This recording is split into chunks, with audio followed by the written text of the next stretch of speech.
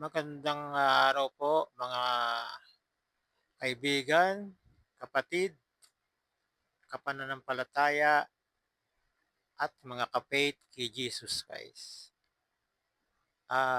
Nais ko po sana nating talakayin yung pong isang tanong na may tao na ba sa langit?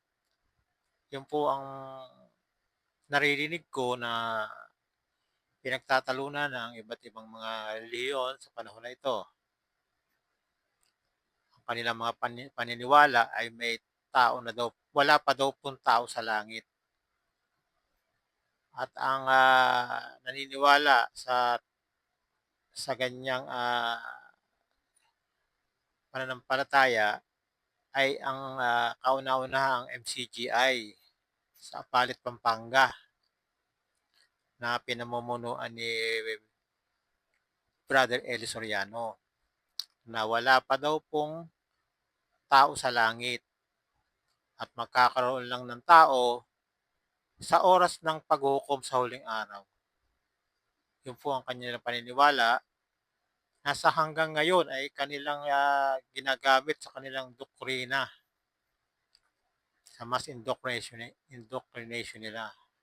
Hanggang ngayon sa kanilang mga miyembro ay ganoon din ang paniniwala at kanilang ibinabandera pa sa social media ang kanilang paniniwalang wala pa daw tao sa langit. Ngunit yan po ay ating pong tututulan sa pamamagitan ng Biblia at patutunayan ko po sa inyo na may tao na po sa langit. Marami na po.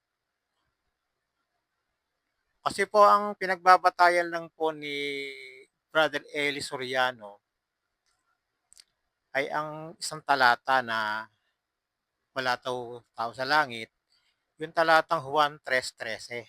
Basahin po natin ang Juan 3:13. At walang umakyat sa langit, kundi ang nanggaling sa langit, sa makatwid bagay ang anak ng tao na nasa langit. Yun po ang kanilang pinagbabatayan. Kaya naniniwala sila na wala pa daw talagang tao sa langit. Dahil yan ayon kay Brother Eli. Ngayon, ito pong talatang ito na sinabi ni Brother Eli na ito ay totoo po't nasa Biblia ito nakasulat. Pero dapat i-consider din natin yung time element. Nung sinabi ito ni Jesus Christ, hindi pa siya napapako sa krus. Ang Panginoong Jesus ay nandito pa sa lupa, hindi pa siya napapako sa krus at hindi pa siya namamatay. Sabi niya dito, walang umakyat sa langit, kundi ang nanggaling sa langit. Yun po ang ating Panginoong Jesus. Tama naman po yun. Pero buhay pa po siya nung ito sinabi niya, hindi pa siya napapako sa krus. Kaya walang umakyat sa langit. Pero iba po naman yung umakyat, wala po talagang makakakyat. Pero kapag ikay iniakyat ng Diyos, makakakyat ka sa langit. Iba yung umakyat kapag at doon sa iniakyat. Yan po. Nung araw po talaga, ang tao hindi po makaakyat sa langit. Kasi po ang kanilang espiritu, kaluluwa, ay bihag ng dyablo. Nasa ilalim pa tayo ng sumpa. Noong panahon ng Eva at ni Adan, ang tao po ay nahulog sa kasalanan at sa kamatayan. Ang tao po ay nasa ilalim ng kamatayan dahil sa kasalanan. Kaya po tayo ay nabihag ng dyablo. Hebreo 2:14. Dahil sa ang anak ay may bahagi sa laman at dugo, Siya na may gayon di nakabahagi sa mga ito, upang sa pamamagitan ng kamatayan ay kanyang malipol yung may paghahari sa kamatayan, sa makatuwid bagay ang diablo. Ang tao po, ang kanila pong kaluluwa at ang espiritu nila pag namatay ay mapupunta sa Hades. Ang Hades po sa salitang Griego ay Hades, salitang Hebreo ito po ay Sheol, at sa salitang English ito po ay Hell, at sa Tagalog daigdig ng mga patay, at ito po ay na tinatawag na sa impyerno sa Kastila. Ngayon po, ang tao po kapag namatay nung lingkod ng Diyos, nung unang panahon ni Eva at ni Adan hanggang sa panahon ni Juan Bautista, ang tao po, ang spirit kaluluwa po nila ay mapupunta sa Hades. Isang lugar lang po ang pinupupuntahan ng ating spirit at kaluluwa, ang Hades. Yan po ay yung Hades po ay nasa ilalim ng lupa. Kaya nga po nung ang Panginoong Hesus ay nagpunta dito sa lupa, may binanggit po siya sa Mateo 12:40. Ito po ang mababasa natin. Sapagkat kung paanong si Jonas ay napasatya ng isang balyena na 3 araw at 3 gabi, ay gayon din mapapasa ilalim ng lupa at 3 araw at 3 gabi ang anak ng tao. Iyon po ang nangyari. Ang Kristo po, binabanggit po niya sa kanya mga apostol, siya po ay mapapasa ilalim ng lupa na kung paano si Jonas ay nasa tiyan ng isda na 3 araw at 3 gabi, ganun din po siya. 3 araw at 3 gabi mapapasa sa ilalim ng lupa. Bakit po? Kasi nga po, meron po siyang tutubusin. Yung pong mga espiritu nasa sa ilalim ng lupa. Basahin po natin yung unang Pedro 3:19 hanggang 20. Na yan din ang kanyang iniyaon at nangaral sa mga espiritong nasa bilangguan na ng unang panahon ay mga suwail ng pagpapahinuhod ng Diyos ay nanatili noong araw ni Noe, samantalang inihahanda ang daong na sa loob nito'y kakaunti sa makatuwid bagay 8 kaluluwa ang nangaligtas sa pamamagitan ng tubig. Yung po, meron pong espiritu na nasa bilangguan na sinasabi dito. Mga ngaral po siya sa mga espiritong nasa bilangguan. Yung nangaral po, ibig sabihin po noon, papahayag po niya ang kanya pagkatagumpay. Sino po yung mga nasa espiritong bilangguan na binabanggit dito sa unang Pedro 3:19 hanggang 20? Yan po yung mga fallen angel na ikinulong.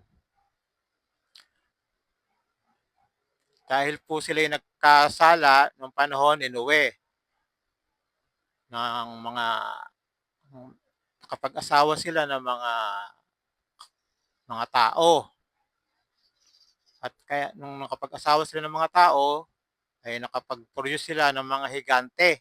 Yun nga po, ang balak nila, kaya ginawa ng mga anghel yun upang sirain ang genes ng ating Panginoong Hesus. Mapigilan nila ang pagsilang ng tagapagligtas. Ngunit yan po hindi nagtagumpay sapagkat si Noe po ay iniligtas ng Diyos kasama ang kanyang mga anak.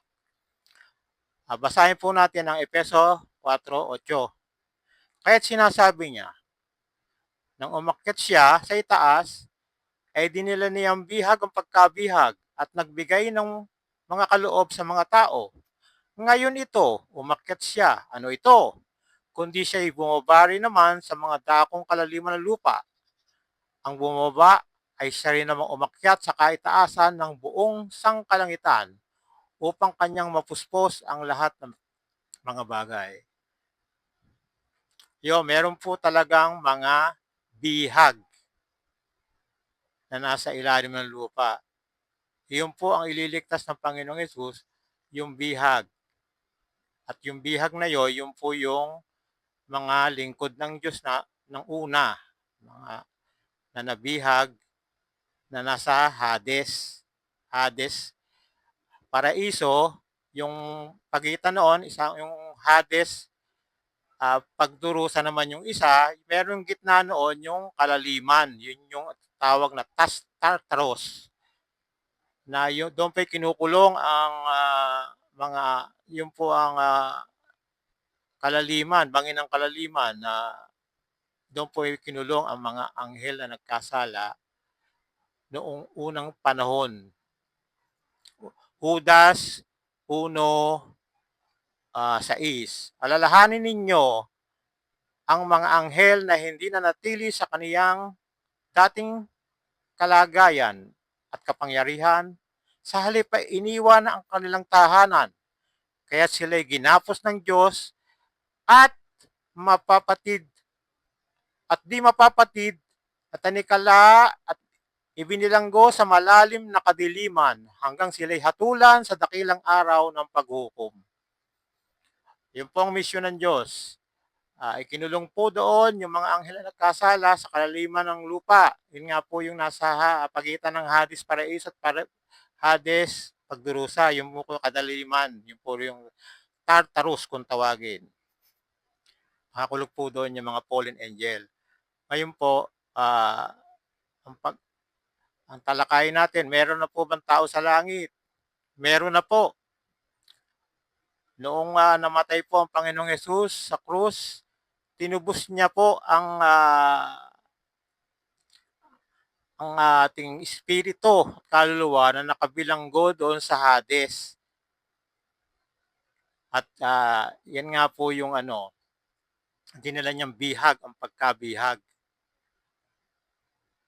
sa Efeso 4:8. Kaya sinasabi, nang umakyat siya sa itaas, ay dinala niyang bihag ang pagkabihag at nagbigay ng kaloob sa mga tao. Ano ito? Umakyat siya. At ano ito? Kundi siya'y bumaba rin naman sa dahong kalaliman ng lupa. Ang bumaba ay siya rin namang umakyat sa kaitaasan ng buong sangkalangitan upang kanyang mapuspos ang lahat ng mga bagay. Nung siya po ay namatay, ang ating Panginoong Hesus namatay sa krus, dinala po niyang bihag, ang pagkabihag, ang mga nasa Hades, paraiso na nasa ilalim ng lupa, na bihag po noon ng kamatayan at ng Diablo. Ngayon po, nung umakyat po ang Panginoong Hesus sa langit, dinala po niya na ang lahat ng mga bihag doon. Kaya po, pag namatay ang tao, may paghuhukom na po. Sa Hebreo 9:27,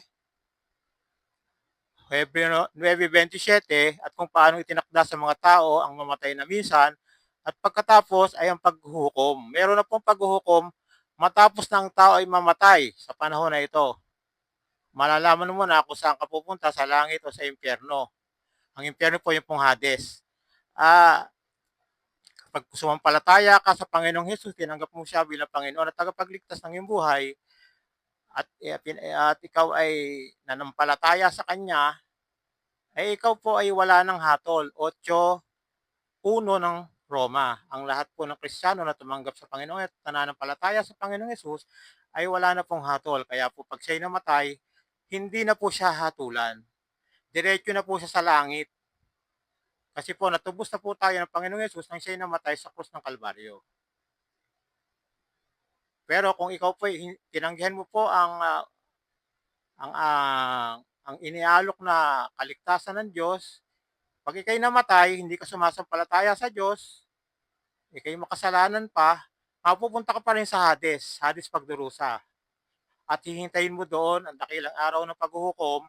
At pagkatapos noon na sa Hades, sa impyerno, sa huling paghuhukom, dadalhin ka sa dagat-dagatang apoy. Sa 20:12 na Apokalipsis. At doon ka, hintayin mo doon at paparusahan ka doon ng grado-grado at walang makakaligtas na doon sa 20:12 na Apokalipsis. Kaya, kaya sa panahon na ito, marami na pong tao sa langit. Pag ikaw ay Kristiyano, mananampalataya ka, maging dapat ka sa Diyos, diretso ka na sa langit pag ikay namatay at maghihintay ka ng pagkabuhay na muli ng mga patay. pagbabalik ng Panginoong Hesus.